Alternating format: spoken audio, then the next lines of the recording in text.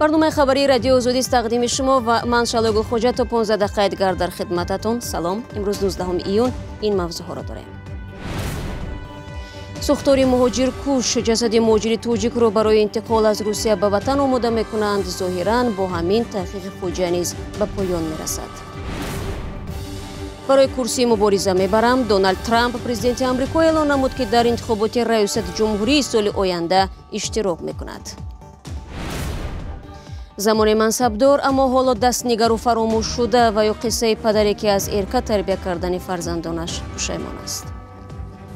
برای خدا مونده من یا پلی شده کن یا بغوده کن و گیرم کم. اما آغاز میکنیم از موضوع دیگر. طی دو روز اخیر مرز تاجیکستان با قرقیزستان شاهد ماجراهای نوبتی گشت. ساکنان مناطق نزد مرزی در منطقه اسفاره با بودکند بر سر تعمیر راهی واروح-Исфара وارد بحث شدند. هر دو کشور برای این کار دلیل‌های خود را دارند. جزئیات بیشتر موضوع از مولا رجب یوسفی. رئیسی ویلایت سوغد میگوید تعمیر راه واروح-Исфара ادامه دارد و قطع نشده است، ولی جانب قرقیزستان مقامات تاجیک را به خودسرانه شروع کردن تعمیر این راه متهم میکند. تعمیر راه واروح-Исфара روز 18 ایون باعث بحث میان ساکنان نزد مرزی تاجیکستان و قرقیزستان شد. رجب احمدزاده رئیس ویلایت سوغد روز 19 ایون در صحبت با رادیوی آزادی گفت مبلغ برای تعمیر راه واروح-Исфара از بودجه ولایت جدا شده است و تعمیر آن ادامه دارد. رئیس ولایت ناراضگی یک گروه از ساکنان قرقیزستان را برای تعمیر این راه رد کرد و گفت باید 5 کیلومتر راه تعمیر کرده شود. رفته ایستاده است. آسفالت ما کرده ایستاده یکم پرابلم نیست. آسفالت کرده ایستاده 5 کیلومتر راه آسفالت کرده. مقامات تاجیک در حال به ادامه تعمیر راه واروح-Исфара تاکید میکنند که جانب قرقیزستان میگوید این راه تعمیر این راه خودسرانه از جانب شهروندان تاجیکستان شروع شده است. روز 19 ایون در دفتر مطبوعاتی قشون‌های سرحدی قرقیزستان به رادیوی آزادی گفتند تاجیکستان به هماهنگی با این کشور به تعمیر این راه شروع کرده است که این کار باعث سر زدن یک مناقشه کوچک شد. فعلا بر سر ادامه تعمیر راه واروح-Исфара میان هیئت‌های تاجیکستان و قرقیزستان گفت و شنید ادامه دارد. جانب قرقیزستان دعوا دارد که اینجا منطقه بحثی است و هر ساختمان باید در هماهنگی با دو کشور صورت بگیرد، ولی تاجیکستان تاکید میکند که این راه پورا در حدود قلمرو کشورش است و حق دارد آن را تعمیر نماید. مولا رجب یوسفی، شهلای عبدالله، آزادی، دوشنبه. قرار است فردا تابوت یک مهاجر فوتیده در روسیه به وطن برسد. نزدیکان میگویند شریفجان سفروی 32 ساله از نویه عبدالرحمن جومی در پی ساختار در 2 روز پیش به هلاکت رسید. ساختار در منزل سرزده است که برادران مهاجر یک ماه پیش بنابر نزدیک بودن به محل جای کار آن را به اجاره گرفتند. اما تبری از نوارهای فرستاده پیوندان مهاجر هلاک شده برمیآید از منزل موقتی آنها تنها خاکستر باقی ماند و ظاهرا با انتقال جسد مهاجر توجیک به وطن تحقیق این پرونده هم خاتیما مеёбад. مومن احمدی در همین باره میگوید. ناظم سفروف برادر این مهاجری هلاک شده میگوید زمانی ساختار برادرش در خانه تنها بود. به گفته او هنوز سبب ساختار دقیق نشده است. به نقل این مصاحب ما آنها همگی یک ماه پیش این خانه را به اجاره گرفته بودند. شریف جان سفروف در ساختمان کار میکرد و از او در وطن 3 فرزند یتیم ماند. قرار است جسد شریف جان سفروف شامی امروز به تاجیکستان انتقال داده شود. به گفته ناظم سفروف آنها برادرش را از روی باقی مانده های جسدش شناسایی کردند. تا 1 میلیون اهالی قابل کار تاجیکستان در روسیه هستند و سال گذشته رسما بیش از 900 تابوت مهاجران به وطن آورده شده است. بعضی از خانواده های مهاجران از آن نگرانند که حادثه های مرگ نزدیکان آنها در روسیه جدی تحقیق نمی شود و یا عاملان یا مسئولان فوت آنها به جوابگری کشیده نمی شوند.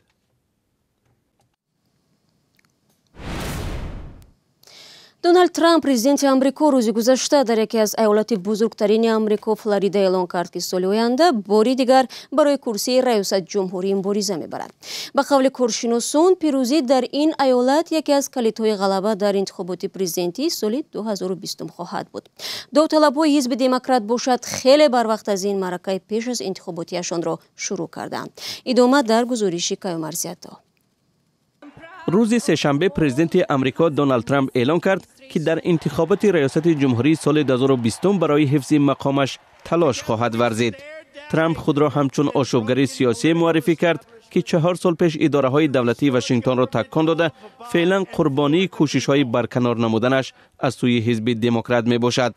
در جمع آمد طرفدارانش در شهر اورلاندوی ایالت فلوریدا ترامپ گفت در انتخابات سال 2020 هم مثل انتخابات سال 2016 هم چون نامزدی به اصطلاح بیگانه یا خود اوتسایدر ظهور خواهد کرد. پرزیدنت امریکا موضوعهای اساسی انتخابات سال 2016 هم را که در آن نامزد دموکرات هیلاری کلینتون را شکست داده بود به یاد آورده و از جمله به ضرورت مبارزه با مهاجرت غیرقانونی به امریکا تاکید کرد.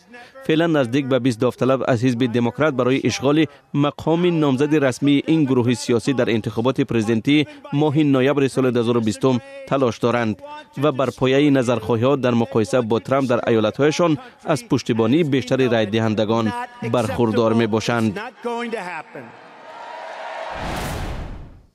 بینندگان عزیز، رقم مخصوص ما در وایبر و واتساپ همون در خدمت شماست. اگر میخواهید خبر و عکس النوار شما در برنامه خبری رادیو آزادی نشر شود، پس با ما تماس بگیرید. شماره تلفن ما +420 724 056 681 است. بار دیگر یادآور میشوم که این رقم تنها برای قبول نوار و عکس و خبر هاست، نه صحبت تلفنی. تنها در حالتی که ما از شما مواد دریافت کردیم برای پیدا نمودن تفصیلات با شما تماس میگیریم.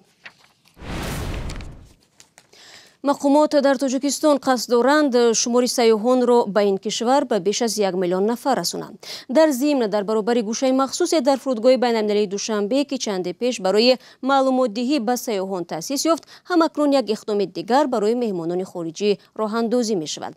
آنها برابر وارد شدن به دوشنبه امکان می‌یابند که به یگان مشکل و خرج علاوه‌ای صاحب سیم کارت شوند. زرانگیز نوروزشو و برای یوسفی معلوماتی بیشتر دارند. شرکت موبیلی تیسل تصمیم گرفته است برای سیاحان خارجی که به تاجیکستان برای سیاحت می آیند سیم کارت رایگان تقسیم کند. قرار است روزهای نزدیک یک نقطه مخصوص این شرکت در فرودگاه بین المللی دوشنبه فعال شود و سیاحان خارجی هم می توانند از این نقطه به مشکل و رایگان سیم کارت های خود را دسترس نمایند. تقدیم سیمکارت‌های رایگان به سیاحان خارجی بر اساس یک قرارداد میان شرکت مخابراتی تیسل و وزارت کارهای داخلی تاجیکستان صورت می‌گیرد که اخیراً تصویب شده است. این سیمکارت‌ها از شرکت تیسل را که 100 دقیقه برای گفتگو و 100 مگابایت اینترنت دارند، همچنان از شعبه‌های پلیس سیاحی می‌شود دسترس کرد. سیاحان از این اقدام استقبال کردند.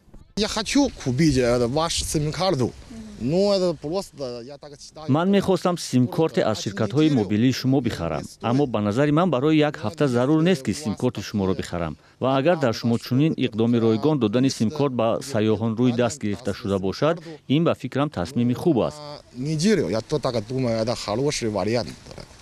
سیاحان از طریق سیم کارت های رایگان شرکت تیسل می توانند رایگان به پلیس سیاحی نیز زنگ زنند. بر اضافه در صورت پیش آمدن حالت های فوق العاده طبیعی و وضعیت اضطراری به سیاحان پیامک های آگاه کننده ارسال می شود. اما سیاحان می گویند برای آنها از همه مهم از شرکت های موبیلی حجم بسته اینترنت ضرور است.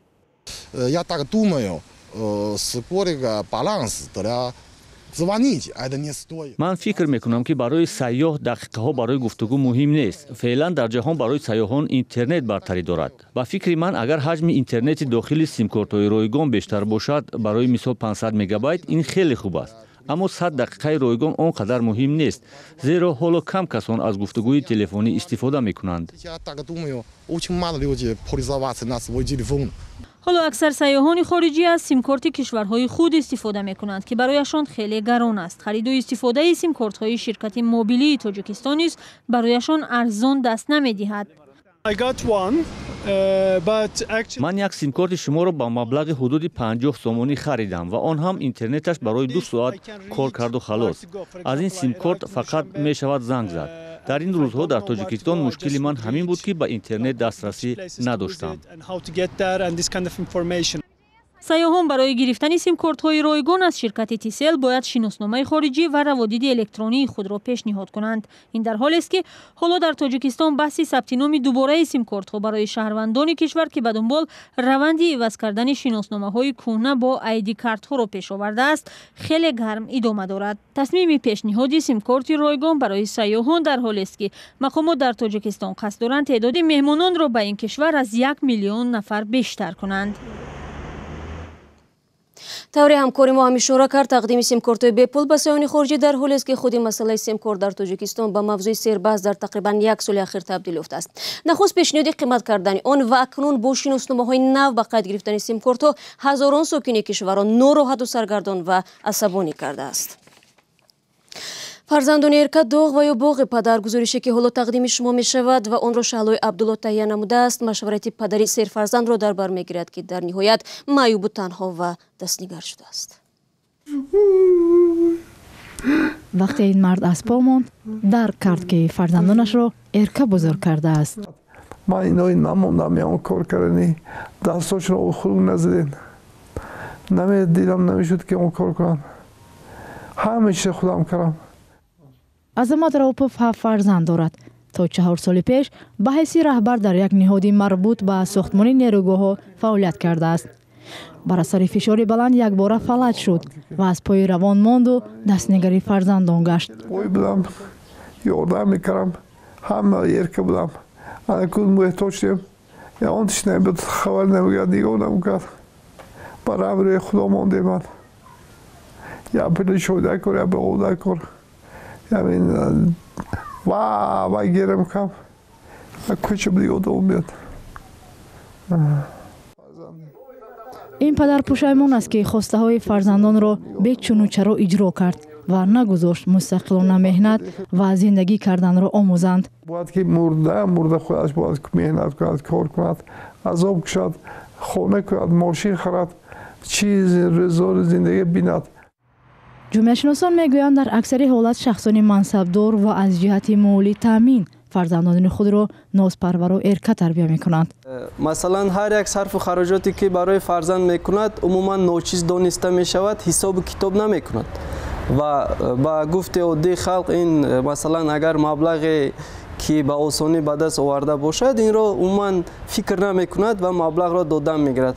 ҳатто он маблағе ки масалан барои худи вай ночиз аст, барои фарзанд калонда аст, додан мегирад. ин аз як тараф ба он оварда мерасонад ки худи фарзанд масалан ба қадри ҳамун чизҳое ки ба даст мебиёрад намерасад. як таҳқиқи пажӯҳишгоҳи рушди маорифи Академияи таҳсилоти Тоҷикистон муайян кардааст ки афроди нозпарвар на танҳо дар оилаҳои сарватманд, балки дар оилаҳои миёнаҳолу камбизоат ҳам дида мешавад, вале хеле кам. агар фарзанди ягона набошад, эрка шуданаш бисёр як масалан дар гумон аст. барое ки фарзандони дар оилаҳое ки камбизоат ҳастанд, онҳо на ҳамавақт ҳар чи ба даст оварда метавонад, онҳо на ҳамавақт ҳар чизе ки фарзанд мехоҳад харидорӣ карда метавонад. бинобар ин дар он ҷо худи шароит онҳоро ба чунин рӯҳия тарбия мекунад ки онҳо ҳатто барои эрка шудан фурсат намеёбанд. зимни як назарсанҷии сари роҳӣ сокинон гуфтанд, имрӯз фарзандони афроди соҳибмақом тавре тарбия мегиранд ки дар назди касе эҳсоси масъулият намекунанд. фарзанда бояд ай хурдӣ эрка накунӣ. аввал ки эркаш кардӣ, худ кардӣ, дар корҳои бад рафт ки чӣ нагуфтӣ. мидӣ гуфти ҳамсоя биромад ҷанҷол кард, гуфти ҳамсо ҷанҷол кард, нагуфт чӣ? ва эркаш рафтан мегирад, остон айрамка мерӯяд. азамат аз муносибате ки ба фарзандонаш дошт пушаймон аст. умед мебандем ки ин гузориш яхоро об мекунад ва ба дили фарзандони нозпарвар бетаъсир намемонад. ҳарчанд таври таҷрибаи зиндагӣ низ нишон медиҳад, ғарибӣ низ аксаран водор мекунад ки ба қадри падару модар бирасӣ. ба мисли як корбари озоди видео ки зери пахши мустақими мо навиштааст: рафтам ба ғарибиву дилафгор шудам, муҳтоҷи дари хонаи пулдор шудам, дур аз падару модари ғамхор шудам, эркачаи оча будам, хор шудам. ҳоло ки дер нашудааст, волидайнро арҷ гузоред то мушти пушаймонӣ ба сар накӯбед. ман барномаро дар ҳамин ҷо ба поён мебарам. То нашри барномаи навбатӣ метавонед гузоришҳоро дар канали мо дар YouTube бо номи озоди видео тамошо кунед. ахбори рӯз дар вебсайти радиои озодӣ зери нишони www.ozodi.org дастраси шумо азизон аст. радиои озодӣ ҳамчунин дар шабакаҳои иҷтимоӣ саҳифа дорад. шумо метавонед ба он ҷо низ ворид шавед ва матолиби диданиро бихонеду тамошо кунед. фардо субҳи барвақт навиди бомдодӣ дорем. то фардо худо нигҳдор.